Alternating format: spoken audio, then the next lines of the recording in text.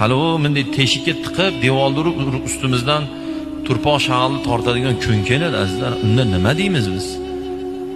Nimaga meni ishlarimni, men buyurgan narsalarni nimaga qilmading desa nima deymiz? Bahona qabul qilinmaydi. Nimaga men qilmadigan ishlarni nimaga qilib qo'yding desa, siqildim, sigaret chekdim, siqildim, nasha chekdim. Yo'q. Siqilishda agar yozganda nasha, sigaret, aroq harom bo'lmasdi shariatda. Bir tiyinlik foydasi bo'lmaganligi uchun, koni zarar bo'lganligi uchun Alloh harom qildi.